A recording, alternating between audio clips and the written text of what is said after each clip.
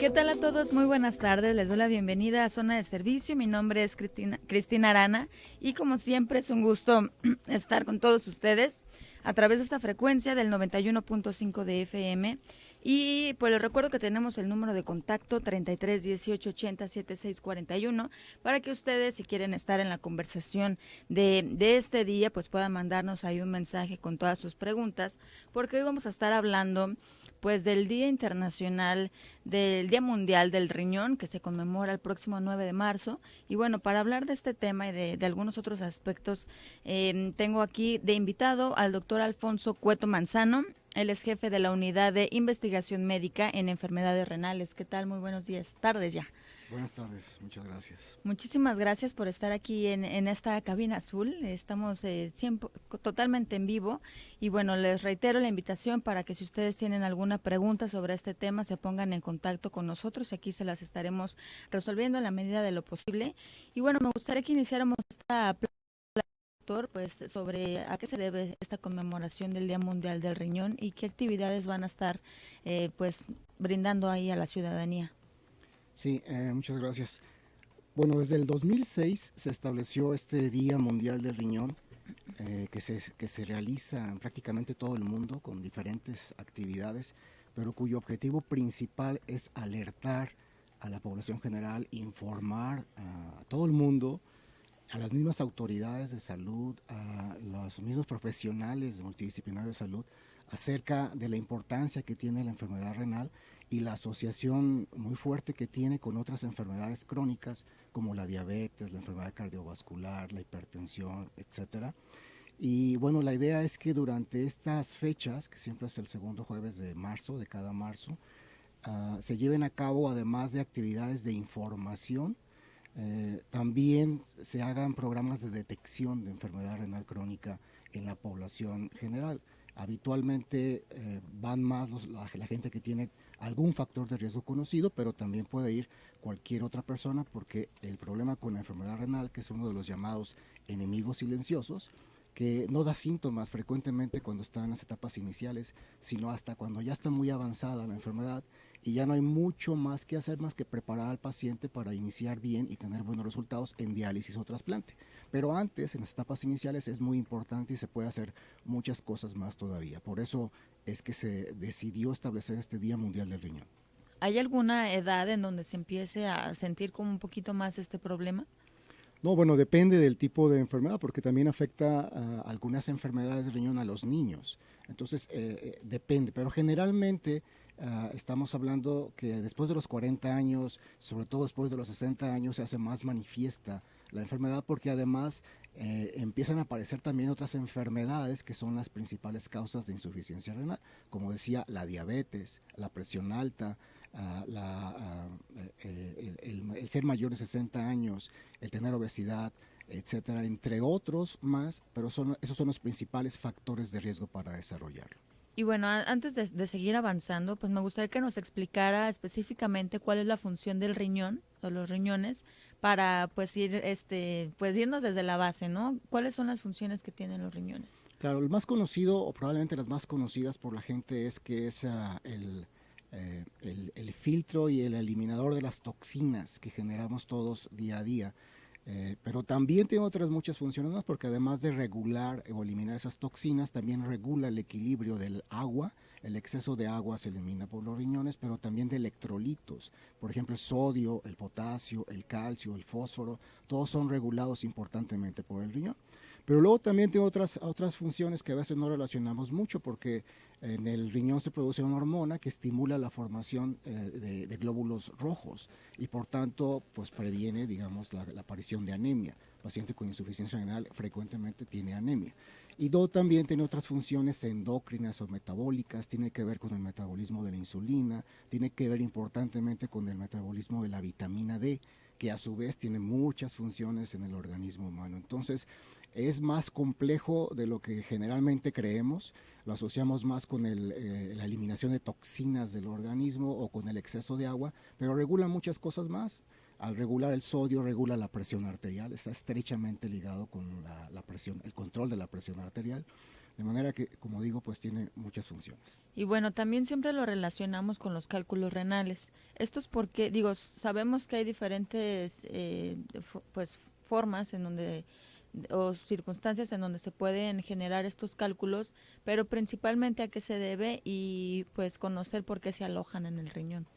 Claro, bueno, la razón, en principio de cuentas, la urolitiasis o las piedras en los riñones está más o menos como de cuarto, quinto lugar como causa de insuficiencia renal.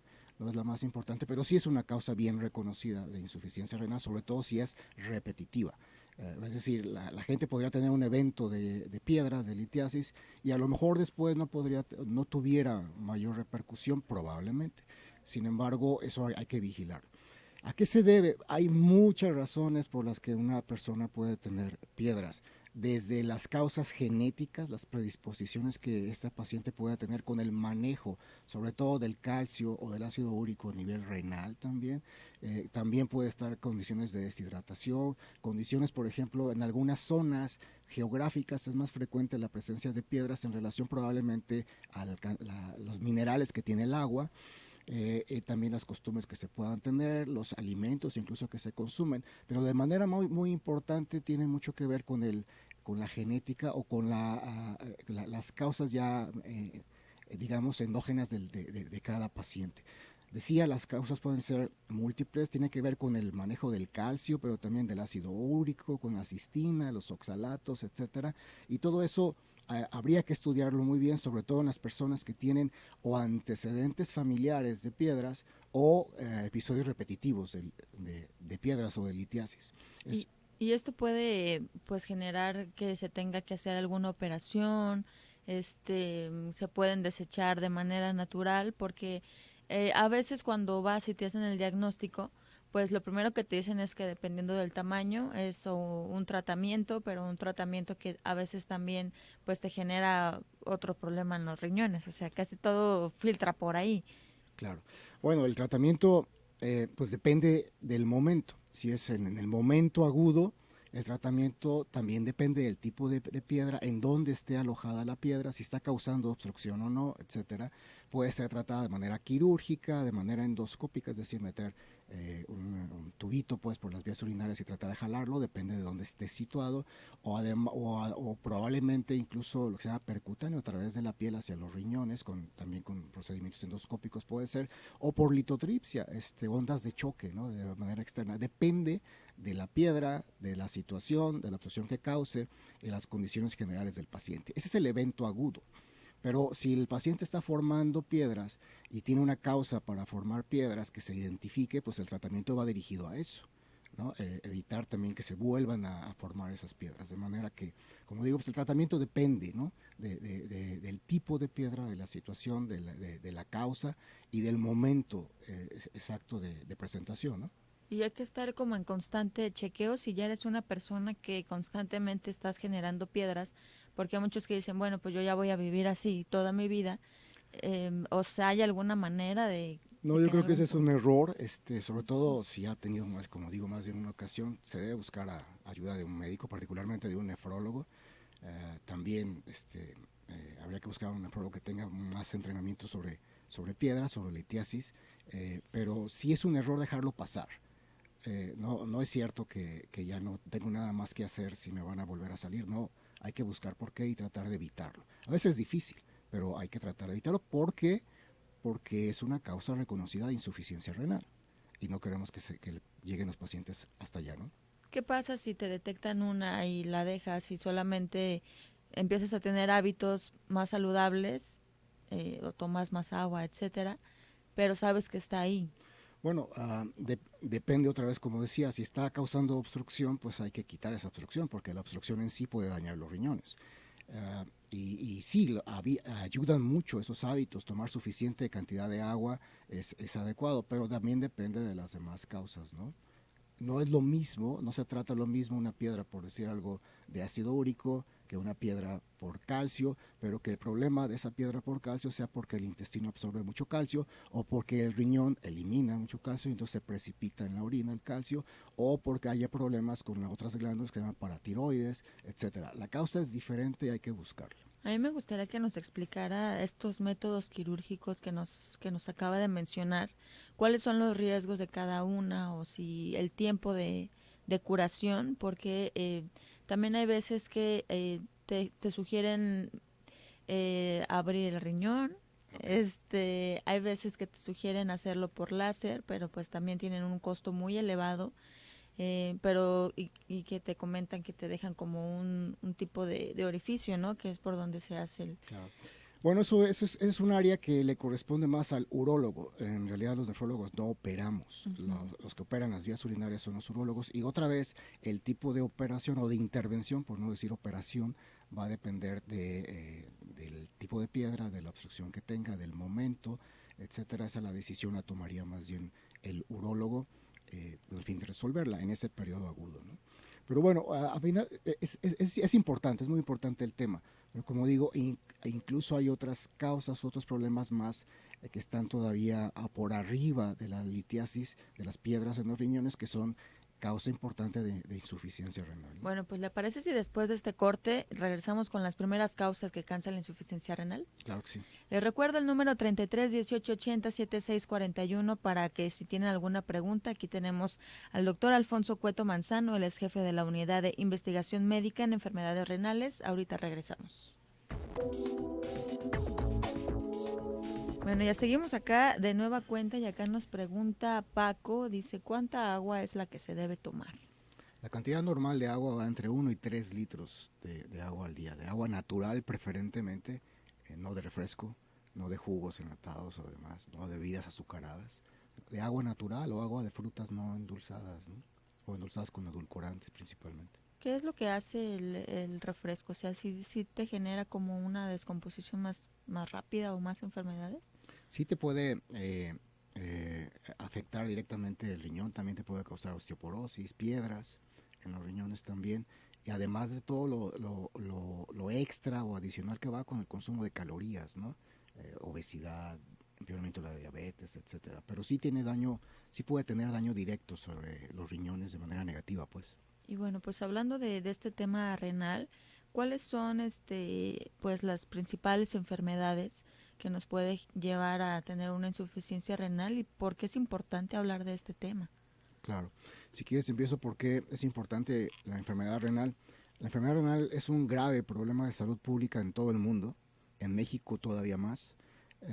Está asociada con una disminución de la calidad de vida de los pacientes, con el incremento de las complicaciones y con la mayor mortalidad de la gente que lo padece. Y para los sistemas de salud, pues también está asociado con un gran costo del tratamiento de la insuficiencia renal en las etapas más avanzadas. Todo lo que es hemodiálisis, diálisis peritoneal o trasplante puede ser muy costoso. Y en México más porque si en el mundo alrededor del 10% de la población puede tener algún grado de enfermedad renal crónica, probablemente en sociedades como la nuestra, con muchos factores de riesgo, el porcentaje puede llegar hasta un 15%. O sea que en una ciudad de 1 millón de habitantes, a lo mejor 150,000 tienen algún grado de enfermedad renal crónica y eso es importante porque además es discapacitante, ¿no? Es la principal causa de lo que se llama años de vida perdidos por enfermedad o por discapacidad en países como el nuestro y como causa de mortalidad pues ha incrementado en los últimos años. Antes no figuraba dentro de las primeras 10 causas de muerte en nuestro país, ahora ya lo hace. De manera que es importante no solamente por su frecuencia, sino por sus graves consecuencias. Ahora, ¿cuáles son las principales causas? Eso también ha cambiado al cabo del tiempo. Hace como, no sé, 25, 50 años probablemente las causas principales de enfermedad renal eran las enfermedades primarias del riñón, lo que se llama como glomerulonefritis, que pueden ser primaria o secundaria, pero también las obstructivas como las piedras que hablábamos u otro tipo de enfermedades obstructivas los quistes en el riñón, la poliquistosis renal, que es una enfermedad hereditaria. Hoy día, sin embargo, las primeras causas son la diabetes con mucho, en todo el mundo, pero digo particularmente en nuestro país. Alrededor de 6 o 7 a veces de cada 10 pacientes que inician diálisis cada año en este país son diabéticos. Otros 3, o sea, la segunda más importante es la hipertensión como causa primaria pues, de enfermedad renal. Y luego le siguen otros más, como decíamos, poliquistosis renal, glomerulonefritis, Y esas son las principales enfermedades en el adulto. En los niños hay otro tipo de enfermedades que pueden ser reflujo, por ejemplo, vesicoureteral, y otras enfermedades más. Eh, los factores de riesgo, o sea, no necesariamente los que originan la enfermedad, pero que sí pueden ayudar a que eso avance más todavía o más rápidamente hacia las etapas más finales, pues es también la misma diabetes, hipertensión, obesidad, mayor de 60 años las personas, y otras cosas más, por ejemplo, el aumento del colesterol, el aumento del ácido úrico, y un estilo de vida pues no saludable, drogas, el tabaco, son importantes factores de riesgo para avance de la enfermedad renal. Y bueno, va siempre en conjunto con hábitos, como acaba de mencionar, desde el consumo de tabaco y qué hay con la asociación que tiene el consumo del alcohol con las enfermedades renales también, porque hay muchos mitos, que es lo que me gustaría que aclaráramos también en este programa, todos los mitos que hay en torno a esto. Bueno, se hablaba de que, pues obviamente si estás tomando alguna bebida que tiene que ir acompañada de refresco, pues bueno, digamos, echamos la culpa, entre comillas, al refresco, ¿no? Pero en cuanto a las bebidas alcohólicas, ¿cuál es la función que tienen esto? Bueno, existe menos información acerca del daño directo por alcohol en los riñones, ¿no? Tampoco se recomienda un consumo indiscriminado. En el caso del paciente con enfermedad renal se le dice que tenga un consumo adecuado, digamos, moderado de alcohol. Que es un consumo moderado, pues no se, por ejemplo, no se aconseja tomar más de una bebida de destilados al día, por ejemplo, por decir algo, un caballito Ujú. de tequila o una copa de vino tinto. Es preferible que sea, por ejemplo, diario, a que no sea todos acumulados en el fin de semana, porque Ujú. eso también no es dañino. Y bueno, como decía, hay menos evidencia del daño directo, aunque más allá de eso sí lo puede llegar a causar, pero sobre todo con las cosas asociadas, como bien has dicho, ¿no? Porque un paciente, por ejemplo, cuando tiene un consumo excesivo de alcohol, a lo mejor descuida el consumo de otras cosas nutritivas y tiene más calorías, también lleva el alcohol, o tiene que olvida el consumo de medicamentos que le controlan, por ejemplo, la presión alta o la diabetes, etcétera, y eso condicionan muchos factores de riesgo para el riñón. Ahora, lo que sí hay más evidencia clara de daño directo sobre los riñones es con el consumo de tabaco y de algunas drogas ilícitas. Entonces, la recomendación sí va a ser en un paciente renal es no fumar, tajante. No es que fume nada más, antes fumaba una cajetilla, ahora nada más 5. No, la idea es dejar de fumar, porque sí tiene daño directo sobre la vasculatura del riñón y además inhibe el efecto benéfico de otros medicamentos que pueda tener, pues es como si no los tomaras y sigue fumando. Entonces, ahí es, en esos aspectos sí. Y los otros puntos que bien tocaste, que tienen mucho que ver con el estilo de vida, es tan importante como el manejo farmacológico. O sea, el manejo no farmacológico debe de ir de la mano del manejo farmacológico para la enfermedad renal, ¿no? Y bueno, ahí también estamos asociando los otros hábitos alimenticios. ¿Qué se tiene que eliminar? Digo, ya hemos hablado de que son casos específicos y me imagino que por lo mismo se tienen que estudiar cada una de las personas que tengan el diferente tipo de daño renal. Pero si nosotros somos unas personas sanas que queremos evitar justamente llegar a un daño renal en un futuro, ¿qué se recomienda, digamos, en la dieta o algunos hábitos, digamos, bueno, reconocemos que el hecho de hacer ejercicio nos ayuda en todos los aspectos, pero en la cuestión específicamente de para no dañar al riñón, ¿qué alimentos deberíamos evitar o cuáles deberíamos consumir más? Bueno, ahí si alguien es sano, digamos, yo creo que el consejo siempre va a ser, incluso para los que están enfermos, también es un estilo de vida saludable. ¿Y qué es un estilo de vida saludable? Pues incluye una dieta saludable. Si recuerdan el plato del buen comer, es abundantes, o sea, muchas verduras, frutas, suficientes cereales y pocos productos animales, que incluyen carnes.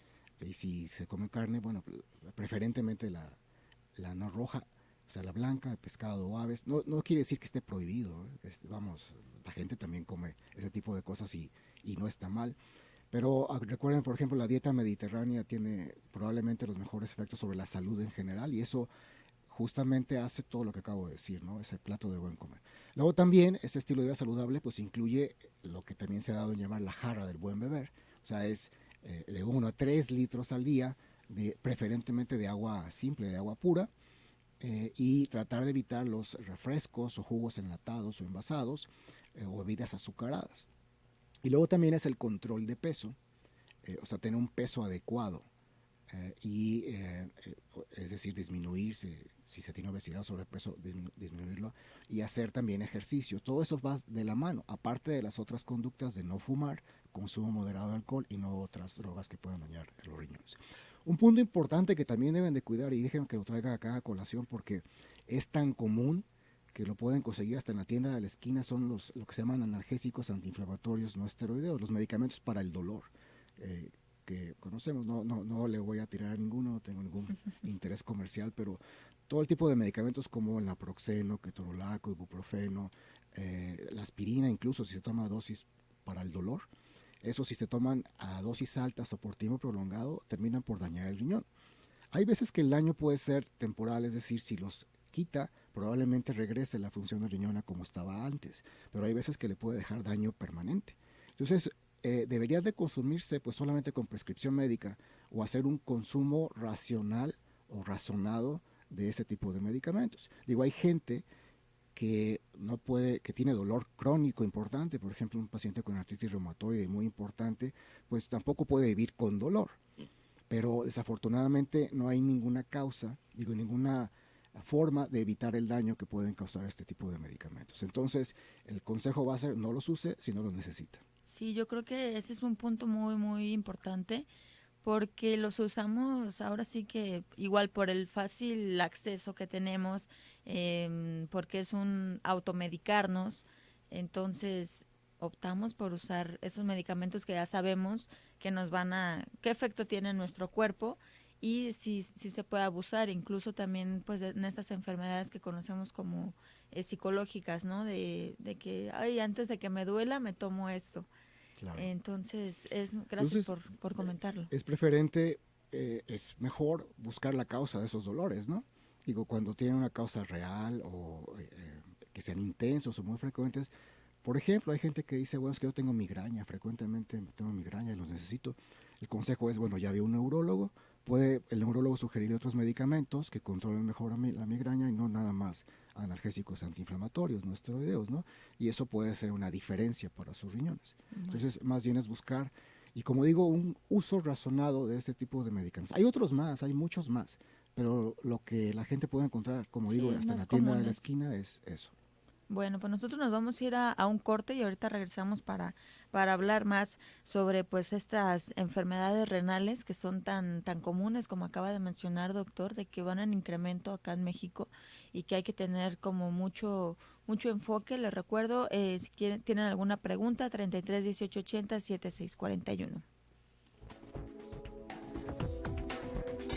Gracias a la inmediatez de tus reportes, nos ayudas a crecer y a dar una mejor información. Zona 3. Equilibrio perfecto.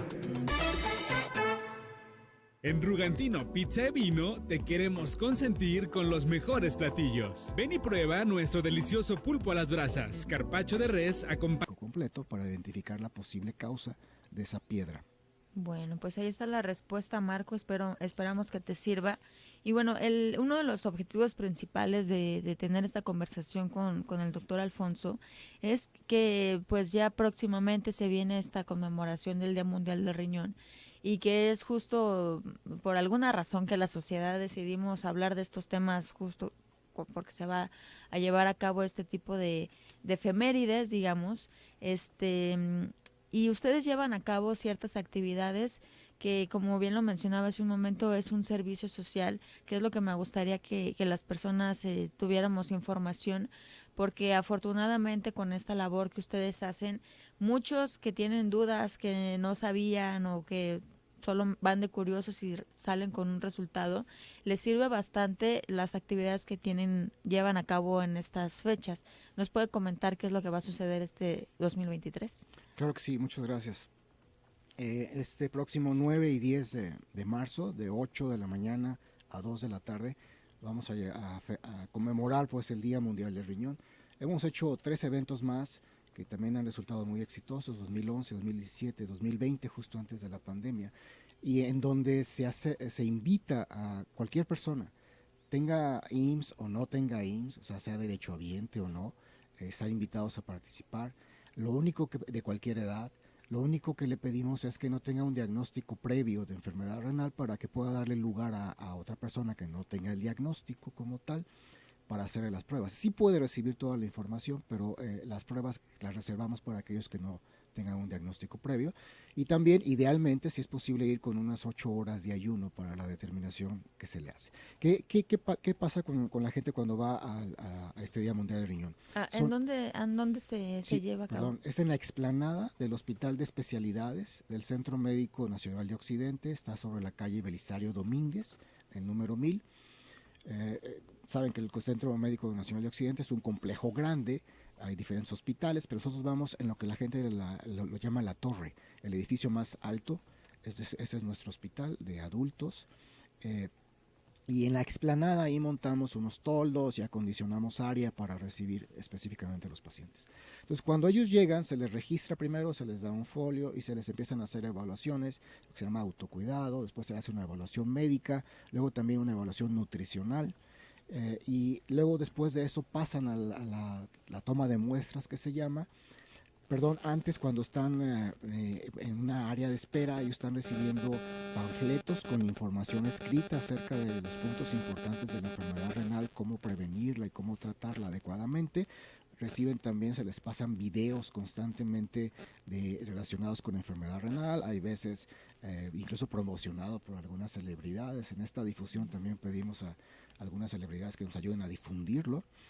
Y después de eso, sí, entonces pasan al área de evaluación y posteriormente al área de detección de enfermedad renal. Entonces, ahí tomamos una muestra de sangre, para eso pedimos las 8 horas de ayuno, y una muestra de orina para determinar especialmente, que no tengan infección de orina, que es otra de las cosas que preguntamos, porque si tienen infección de orina van a salir alterados los resultados. Preferimos que, si ellos saben que tienen infección de orina, nos lo digan desde antes, o si están menstruando las mujeres, también eso afecta los resultados. Entonces, sin estas condiciones, de todos modos, hacemos un general de orina y luego hacemos determinación de lo que llamamos albúmina y creatinina en una muestra aislada de orina. Con estas dos cosas uno puede establecer si el paciente o la paciente tiene enfermedad renal. Y después los citamos, les decimos que vamos a dar los resultados posteriormente. Una vez, se pueden imaginar, son alrededor de 1000 pacientes los que han acudido habitualmente. Entonces necesitamos un poquito de tiempo para recabar los resultados, organizarlos, analizarlos y después llamarles para dar los resultados. A todos la gente que va se les entregan los resultados.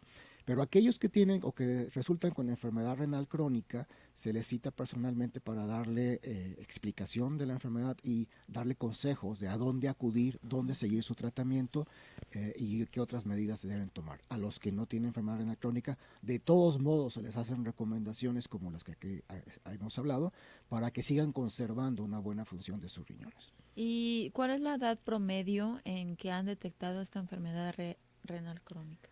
Claro, sí, como decía, también en el mundo sí se conoce, la gente mayor de 60 años es donde se concentra la mayor cantidad de enfermedad renal crónica, pero encontramos desde etapas iniciales, ¿no? Vamos, desde edades hasta con niños, llegamos a encontrar, por ejemplo, en un estudio que realizamos hace tiempo, llegamos a ver que hasta un 6% de niños que tienen obesidad tienen algún problema renal. Pero bueno, obviamente se concentra más en las personas de 40 años o más, particularmente después de los 60 años. Y una cosa más que se me pasaba es que también después de todo esto a los pacientes se les invita a pasar a talleres que realizamos, en donde les hablamos del autocuidado, o sea, el cuidado que ellos mismos deben tener sobre su propia persona y sobre sus propias enfermedades en caso de tenerlas, pues para evitar que se desarrolle enfermedad renal o que se avance, ¿no? De cómo autocuidarse. También les damos talleres de ejercicio, muchas veces, o sea, como hay gente que puede tener limitaciones por la edad o por algunas otras enfermedades, pues adaptados a sus condiciones. Pero sí es importante el ejercicio, como lo hemos mencionado anteriormente. Por eso les damos un taller de ejercicio y otro taller más de nutrición, de cuidado nutricional, en todas estas dudas que puedan tener de qué alimentos sí, qué alimentos no, pues depende de la etapa de la enfermedad y enfermedades o condiciones en general.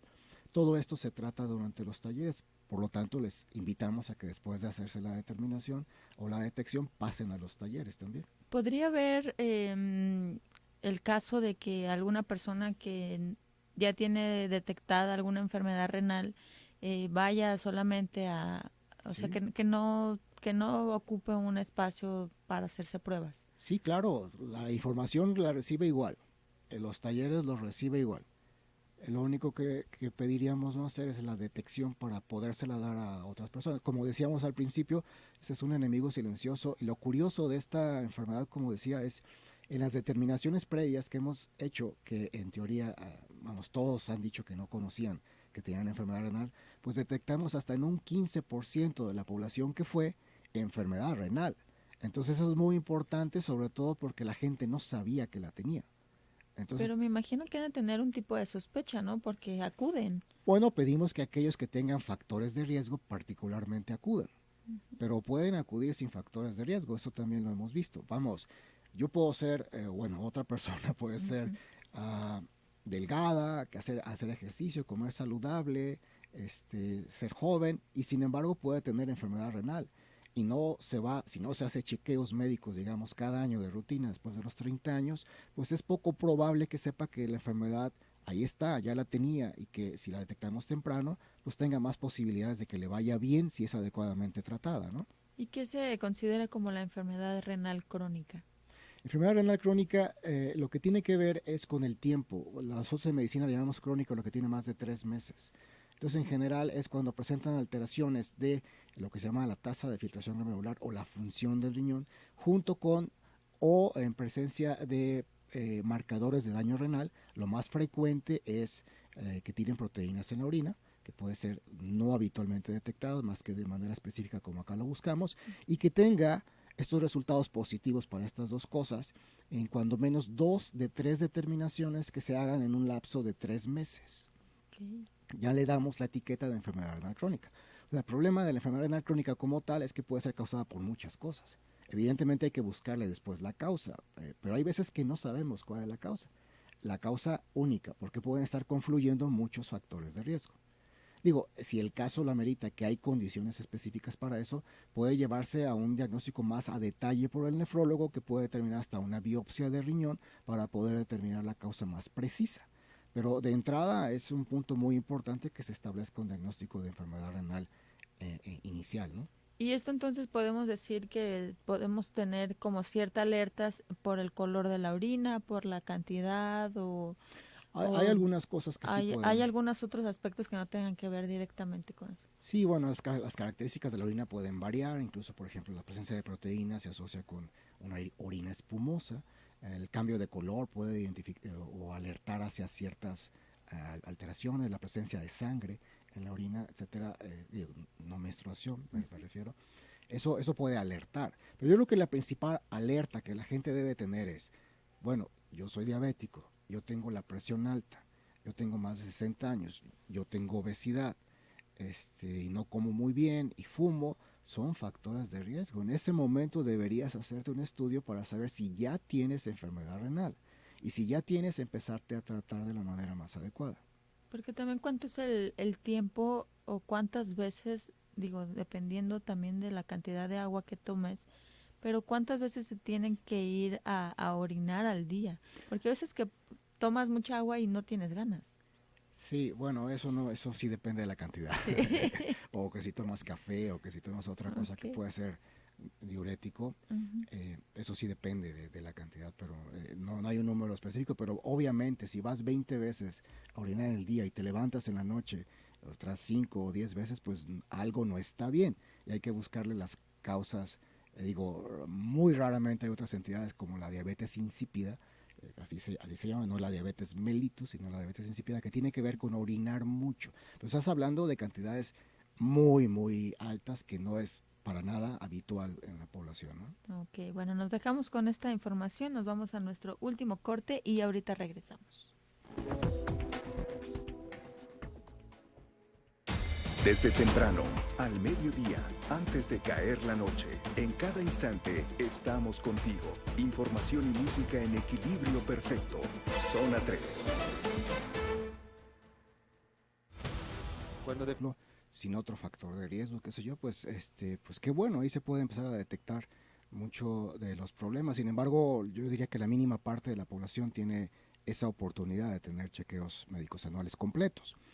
Entonces, oportunidades como esta yo creo que no deberían de perderse porque y cuesta mucho trabajo. Ciertamente todo lo que nosotros estamos haciendo lo conseguimos a través de donaciones de diferentes patrocinadores, y esto es con el único fin de prestar el servicio a la comunidad, ¿no? A la gente no le cuesta nada, absolutamente nada, ir a recibir algo tan valioso como la información, como también hacerse el diagnóstico, cuando menos con una prueba. Si, repito, si hay alguna anormalidad, se le llama para personalmente darle las indicaciones y los consejos necesarios. Si es necesario seguir su tratamiento con algún otro especialista, pues también también se le dice. Y bueno, dependiendo de su sistema o de su cobertura de salud que tenga, si tienen seguridad social, pues se le recomienda a dónde ir, y si no la tienen, pues también se le recomienda qué opciones deben de seguir, ¿no?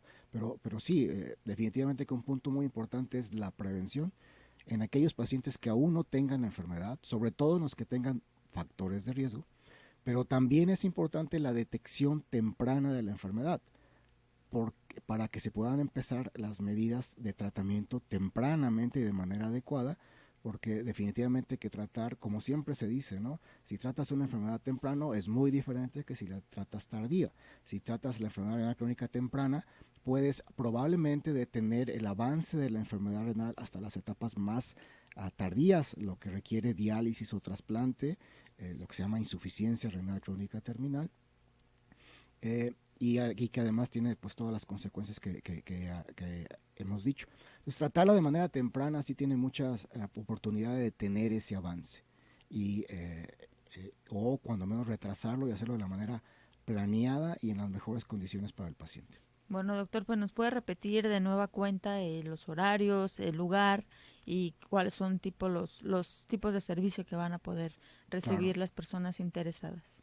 Sí, con gusto. Es en la explanada del Hospital de Especialidades del Centro Médico Nacional de Occidente del IMSS, que está en la calle Belisario Domínguez, número 1000. Y los pacientes ahí van a recibir información escrita y en forma de videos, y en donde acudir a otros sitios libres de internet, por ejemplo, para recibir más información. Van a recibir una evaluación médica, una evaluación nutricional, una evaluación de autocuidado, y se les van a hacer, te va a tomar una muestra de sangre y una muestra de orina para hacer el diagnóstico o no, pues, o descartar el diagnóstico de enfermedad renal crónica. Posteriormente se le darán los resultados con los consejos pertinentes para cada caso, y al final se le invita a pasar a talleres para que aprenda más acerca del autocuidado que debe de tener, de la nutrición, de sus hábitos dietéticos y también de ejercicio. Bueno, pues ahí está la invitación el próximo 9 y 10 de marzo de 8 de la mañana a 2 de la tarde. Se les recomienda llegar en ayunas. Principalmente, de preferencia en ayuno, no tener datos claros de infección, o que sepa que tenga infección o menstruación en el caso de las mujeres. Bueno, pues ahí está la invitación. Le reitero el agradecimiento por esta gran labor.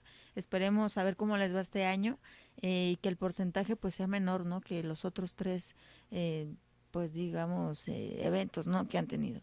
Sí, muchas gracias, esperemos que sí, y si no, de cualquier manera es básico saber en dónde estamos parados para poder planear acciones para los mismos pacientes en su beneficio, ¿no? A lo largo de estos años que lo han realizado, ¿han tenido como un incremento en cuanto a los diagnósticos positivos? Yo diría que se ha mantenido, pero se han mantenido a niveles altos, más altos que en lo que se informa en otras partes del mundo. Y eso puede ser cierto como tal, porque en otros países de Latinoamérica también tienen prevalencias, o sea, frecuencia de la enfermedad renal en el mismo grado. Hay veces que se informa hasta un 20% de la población, y eso es exagerado, es mucho. Es demasiado, la verdad. Sí. Bueno, pues ahí está la invitación, porque creo que sí es sumamente importante, además de que se tardan bastante tiempo, ¿no? En organizar todo esto para que salga de la mejor manera, y pues hay que darle chamba, ¿no? Que vayan más de 1000 personas, y que ojalá los diagnósticos positivos sean menores, pero que la mayoría de las personas tengan pues al menos la certeza, ¿no? De qué es lo que está pasando con su cuerpo. Claro. y recibir la información de cómo evitarla o cómo detenerla o prevenirla. Bueno, pues le agradezco muchísimo haber estado en este programa con toda esta información. Gracias. Bueno, nosotros nos escuchamos la siguiente semana. Hoy estuve platicando con el doctor Alfonso Cueto Manzano. Él es jefe de la Unidad de Investigación Médica en Enfermedades Renales, porque la próxima semana se va a estar conmemorando este Día Mundial del Riñón. Y bueno, como ya escucharon, tienen 2 días en donde les van a dedicar algunas actividades, sobre todo diagnósticos totalmente gratuitos, que hay que resaltar esa parte.